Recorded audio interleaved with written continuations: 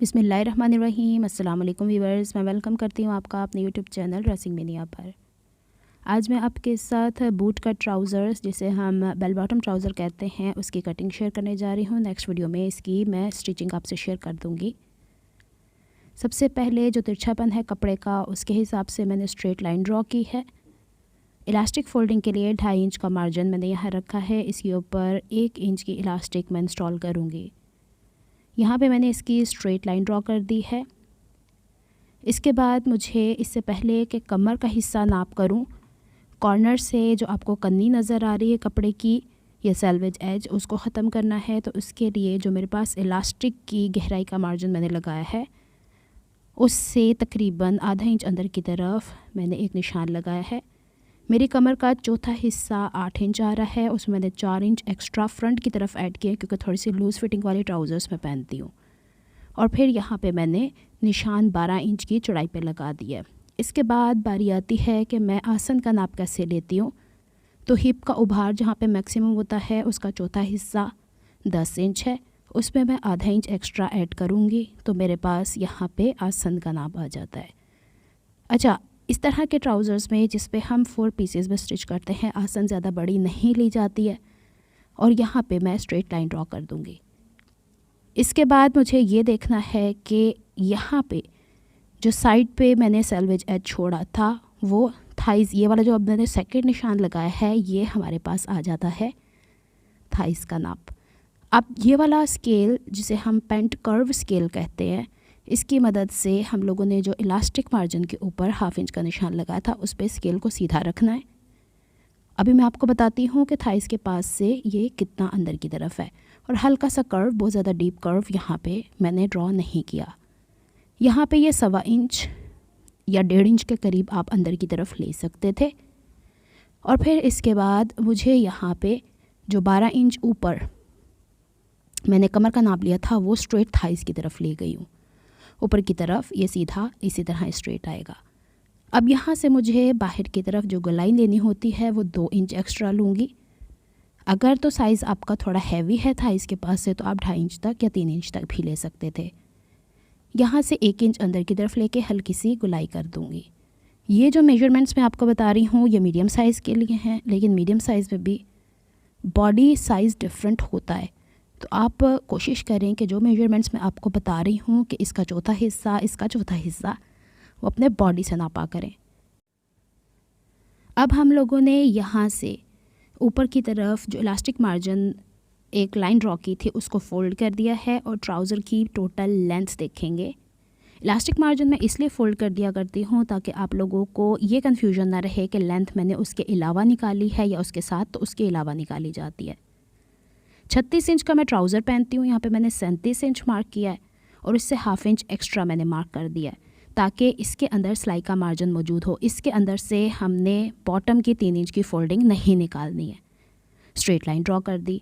अब मेन चीज़ यहाँ पे ये देखने वाली है कि जो हमारे पास थाइज़ का नाप है और जो हमारी टोटल लेंथ का नाप है, इन दोनों का आपको सेंटर निकालना है। इनका सेंटर निकालना इसलिए ज़रूरी है कि हम यहाँ पे घुटने का पॉइंट लगाएंगे। बूट कट ट्राउज़र घुटने से थोड़ा नैरो होता है, तो यहाँ पे ये 27 इंच मेरे पास आया है। इसका मैं इसी तरह इंच टेप रख के सेंटर निकालती हूँ, तो 13.5 के करीब मेरे पास यहाँ पे ये निशान आता है। अब 13.5 पे हम घुटने का निशान नहीं लगाएंगे, बल्कि इससे 1.5 इंच ऊपर थाइज़ की तरफ हम निशान लगाएंगे। इससे क्या फ़ायदा हो जाएगा कि जब ये ट्राउज़र स्टिच होने के बाद आप वेयर करेंगी, कि घुटने से ऊपर और नीचे ये खिसकेगा नहीं। आपको ऐसा नहीं लगेगा कि आपको ये डिस्कम्फ़र्ट दे रहा है। अब थाई से नीचे मैंने जब ये मेजर किया, तो ये 12 इंच था, और इस 12 इंच के ऊपर मैंने स्ट्रेट लाइन ड्रॉ कर दे दी है इस तरीके से। यहाँ तक उम्मीद करती हूँ आपको समझ में आ चुका होगा। अब बारी आती है कि हमने घुटने का नाप और पांचे का नाप कैसे करना है। तो यहाँ पे हम लोगों ने ये जो गोलाई का नाप लगाया था, और बाहर ये वाली जो हमारे पास लाइन है, ये वाला, और बाहर फिटिंग वाला जिस पे हमें कटिंग करनी है, इसका हम सेंटर कर लेंगे। इसका सेंटर करने के लिए इंच टेप को ऐसे रखिए। ऐसे रखने के बाद इसका सेंटर ऐसे निकालना है, और यहाँ पे फ़िलहाल एक पॉइंट लगाइएगा। इस पॉइंट को कोने वाले हिस्से से या किनारे से नापेंगे तो 8.25 इंच आ रहा है। अच्छा, अब थाइज़ का नाप हर एक का डिफरेंट हो सकता है, और सेंटर पॉइंट भी हर एक का डिफरेंट हो सकता है। तो यहाँ पे आपने अपनी बॉडी मेजरमेंट के अकॉर्डिंग चलना है। यही नाप आपने घुटने वाली लाइन पे भी लगा लिया, यानी नीज़ वाले पे भी, और पांचे वाले पे भी लगा लिया, इस तरीके से। अब बारी आती है कि हमारी घुटने की गुलाई कितनी है। वो आप लोगों ने गुलाई लेके, मैंने पहले भी वीडियो शेयर की है, आपने बैठ के भी देखना है कितनी कोई लूजिंग होगी। तो घुटना थोड़ा नैरो ही होता है, इसका मतलब ये भी नहीं कि वो फंस के आए। तो यहाँ से मैं 5 इंच दाएं 5 इंच बाएं अपने हिसाब से निशान लगा रही हूँ। इससे क्या होगा कि ये फ्रंट का निशान है, बैक में ईज़ ऐड होगी। इसी तरीके से पांचे के ऊपर मैं 6 इंच दाएं 6 इंच बाएं में निशान लगाऊंगी। इससे क्या हो जाएगा, पांचा थोड़ा सा लूज़ अच्छा लगता है, ज़्यादा लूज़ इसमें ये पाँव में अटकता है। चलें जी, अब हम इसके निशानात को आपस में मिलाने की कोशिश करते हैं। इनके निशानात को मिलाने के लिए अगेन हम पेंट कर्व स्केल लेंगे, लेकिन उससे पहले आप दोबारा से देख लें निशानात मैंने किस रुख पे लगाए हैं। ऊपर से मैंने इलास्टिक का मार्जिन फोल्ड कर रखा है, और यहाँ से घुटने के और पांचे के निशान और थाइस के भी आपको मिल गए। कर्व स्केल आप उल्टा रखेंगे और इसका कर्व अंदर की तरफ लेंगे। घुटने वाले जो पॉइंट है उसको आपने ऊपर थाइस वाले बाहर वाले निशान से कर्व से मिलाना है, लेकिन जब आप नीचे की तरफ जाएंगी इसके घुटने से पांचे की तरफ, तो स्ट्रेट लाइन ड्रॉ करेंगी इस तरीके से। सेम इसी तरीके से हम दूसरी तरफ जाएंगे, लेकिन उससे पहले अगर यहाँ पे कोना बन रहा है उसको गुलाई दे दीजिएगा। बहुत ज़्यादा डीप मत कीजिएगा, यहाँ से एकदम से गुलाई आ जाती है तो वो इस्त्री करते हुए प्रॉब्लम करती है। अब स्केल को हमने फ्लिप किया और जो हमारा इनर थाइस है वहाँ से लेके घुटने के निशान तक जो हमने 5 इंच बाहर की तरफ मिलाया था उससे हमने मिला देना है। बहुत ज़्यादा उसके अंदर भी गुलाई नहीं लेके आनी। सेम इसी तरीके से घुटने से हम बॉटम तक जाएंगे और बॉटम तक जाके स्ट्रेट, ये वाले लाइन स्ट्रेट करें, इसको ज़्यादा कर्व न दें, और यहाँ से हल्की सी गुलाई, क्योंकि कोना नहीं बनना है। अच्छा जी, यहाँ तक हो गया है हमारा पूरे का पूरा फ्रंट पार्ट का ड्राफ्टिंग कंप्लीट। ऊपर से ये स्ट्रेट जो मैंने किया था इसको कट करना ज़रूरी है। अच्छा, खद्दर के कपड़े को कोशिश करें जब कट करें तो फ़ौरन स्टिच करें, इसके धागे ऐसे ही निकलना शुरू हो जाएंगे। ऊपर से इलास्टिक का मार्जिन जो है उसको हमेशा फोल्ड करके इसके साइड वाले हिस्से की कटिंग किया कीजिए। इससे क्या होता है कि ऊपर का मार्जिन इसके बाहर की गोलाई के अकॉर्डिंग कट जाया करता है, नहीं तो फिर कम ज़्यादा होगा तो इलास्टिक लगाते हुए आपको दिक्कत होगी। अब इसका इनसीम देखें ना, ये वाला हिस्सा जो है इसकी बात कर रही हूँ। अब इसके आसन की भी कटिंग कर लेते हैं और फिर इसके बाद हम लोग इसकी बाकी कटिंग उन्हीं लाइंस पे करेंगे जिन लाइंस पे मैंने आपको पहले ड्रॉ करके दिखा दिया। ये मैं ऑफ द कैमरा कर लेती हूँ ताकि आप लोगों का टाइम थोड़ा सा सेव हो जाए।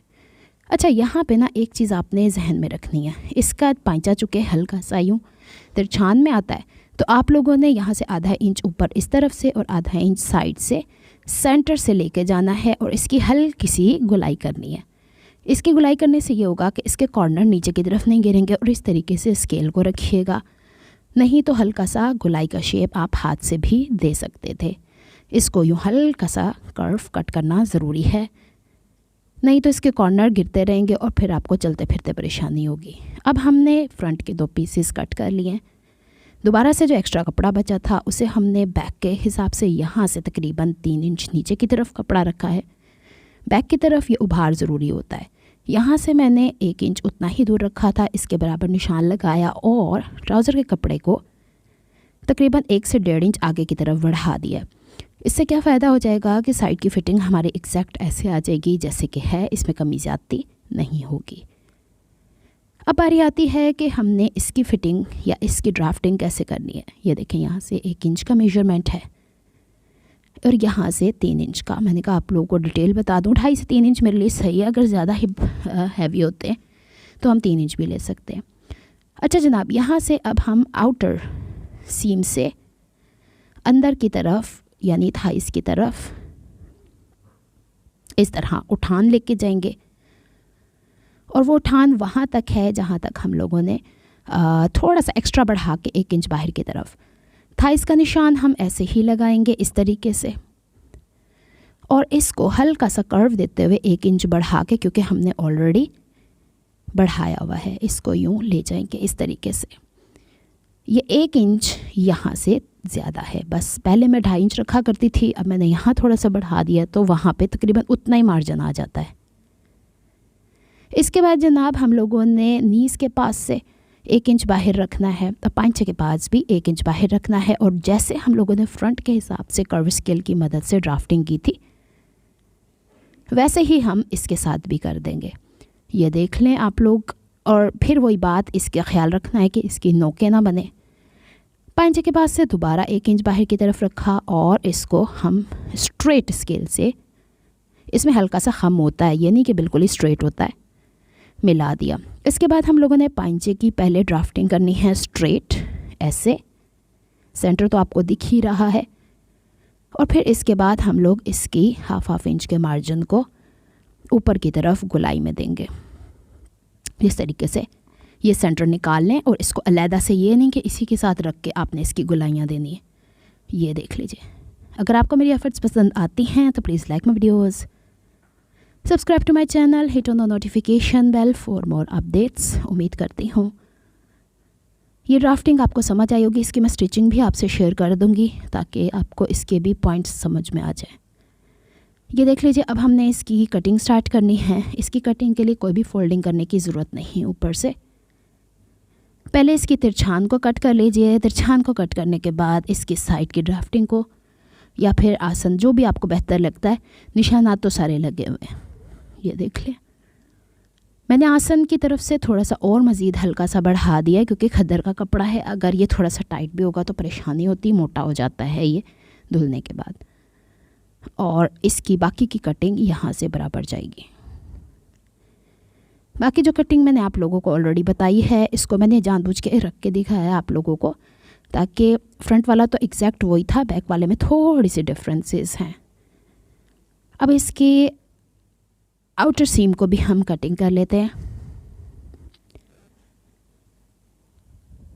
और बॉटम के ऊपर हम, अच्छा ये मुझे बार बार इसलिए फोल्ड करना पड़ता है कि कैमरा के अंदर आए, वरना आप लोगों ने एक जगह बिछा के कटिंग करनी होती है। और इसको मैं कर लेती हूँ कंप्लीट। इसकी यहाँ से गुलाई इंतहाई ज़रूरी है। चले जनाब, ये कटिंग हो गई कंप्लीट। इसकी स्टिचिंग लेके नेक्स्ट वीडियो में हाजिर होती हूँ। तब तक के लिए दुआओं में याद रखिएगा, अपना बहुत सारा ख्याल रखिएगा। और मैं खोल के दोबारा से आप लोग को दिखा देती हूँ कि इसकी जो होती है इन सीम, ये देखिए, ये तरीका होता है चेक करने का कि आपकी कटिंग सही है कि नहीं, ये बराबर आनी चाहिए। नेक्स्ट वीडियो तक के लिए दुआ में याद रखिएगा, अपना बहुत सारा ख्याल रखिएगा। अल्लाह हाफिज़।